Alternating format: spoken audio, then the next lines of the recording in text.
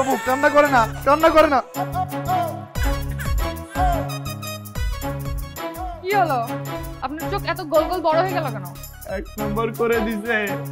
মানে মানে পায়খানা প্রস্রাব দুইটাই করে দিছে।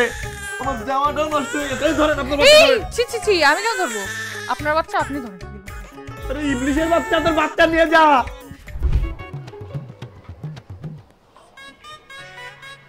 কি ব্যাপার তামিম? এই তুই অন্য মানুষ খাওয়াচ্ছিস কেন?